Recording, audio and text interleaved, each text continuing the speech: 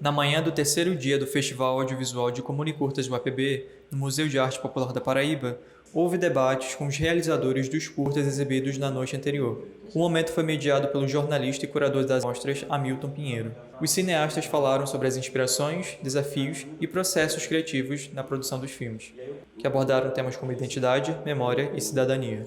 Carol Torquato foi uma das diretoras participantes. Ela exibiu na Sala Paulo Pontes o filme Seu Torquato, em homenagem ao avô que viveu mais de 100 anos. Eu percebi que é muito difícil. Quanto mais pessoal, mais difícil fica.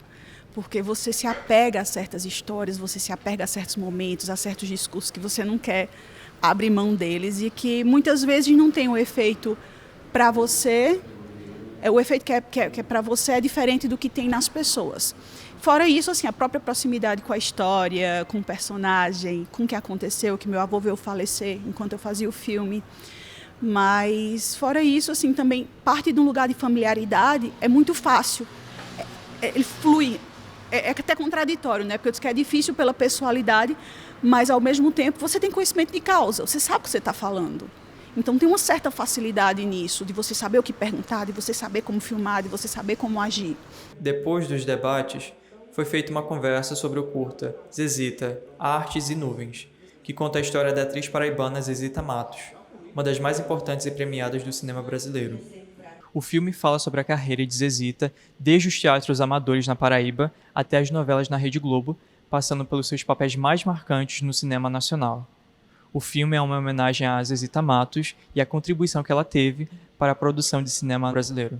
Foi aqui, em Campina Grande, no encontro de estudante, em agosto de 58, que eu conheci Breno Matos, comecei a namorar, acabamos casando, separando, mas foi toda a minha vida voltada ao teatro, desde 58, para a juventude comunista e para o cinema.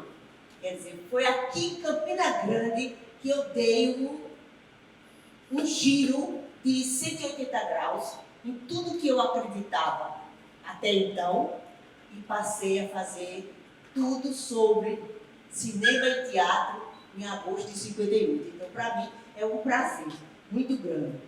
Diretor do curta, João de Lima participou da conversa sobre a produção com Zezita. A Zezita, né, ela tem, assim, praticamente, digamos, 66 anos de atuação na cultura paraibana, seja no teatro, seja no cinema e em outras performances, né, como jograis, esquetes ou mesmo saraus poéticos e tal. Então a gente achou que era um repositório de muitas histórias, muitos personagens, muita cultura que poderia ser evidenciado a partir do momento que a gente fizesse, né, um curta-metragem em que a gente pudesse mostrar esse lado pessoal dela, onde está a Zezita, onde ela mora, como toma um cafezinho, o que faz em casa.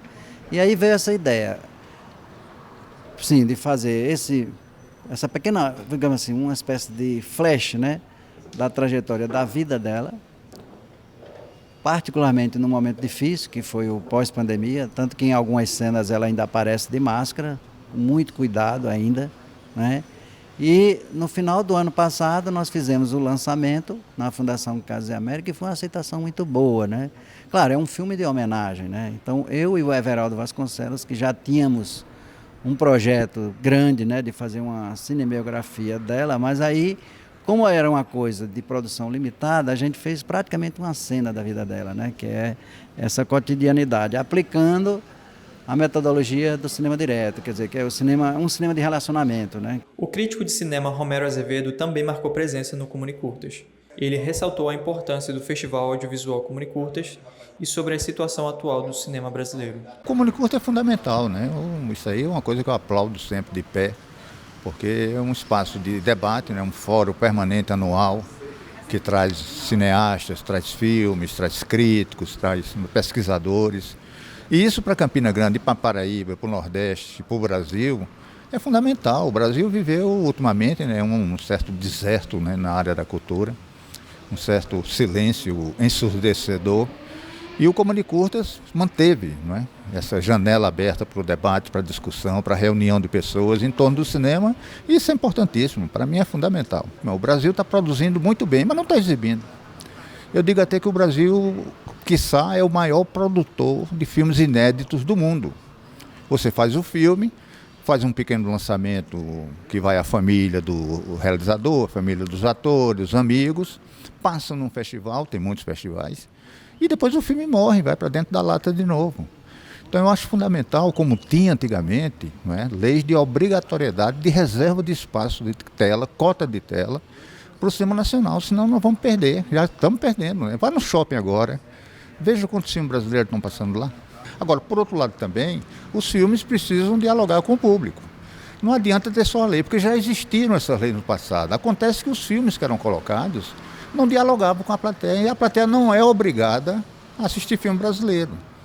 Então, como é um produto comercial, como é uma mercadoria, que o cinema também é uma mercadoria, você está competindo com um produto estrangeiro que tem um diálogo com o público. Você vê uma Barbie, um Super-Homem, uma Aranha. Então você está competindo com esse pessoal pau a pau, na mesma sala, no mesmo lugar, o cara compra o mesmo ingresso. Então é importante também que os cineastas repensem as suas estratégias para ver como dialogar com o público. A televisão brasileira conseguiu esse diálogo.